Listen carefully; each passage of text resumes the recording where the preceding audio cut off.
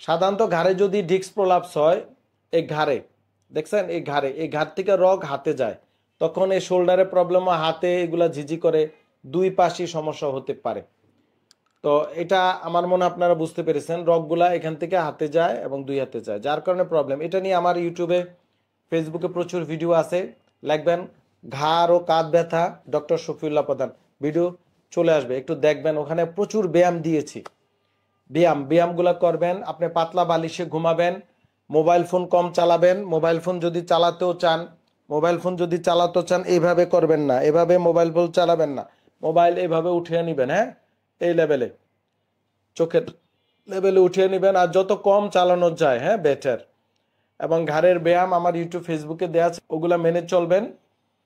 আর যদি সম্ভব হয় কোনো আত্মীয় স্বজন বন্ধু বান্ধব যারা প্রবাসে আছেন, নিকট আত্মীয় বাংলাদেশে অবশ্যই আছে, তাদেরকে আমার কাছে পাঠাবেন, আমি ভিডিও কলে কথা বলে যদি অন্য কোনো চিকিৎসা পরামর্শ ওষুধপত্র লাগে ওগুলো আমরা দিয়ে দিব।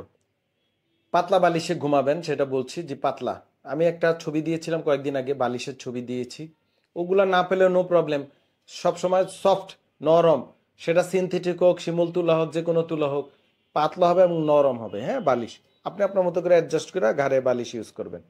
ডিপিয়ার্স লিমিটেড, আস্থা, বিশ্বাস ও নির্ভরতায় অবিচল।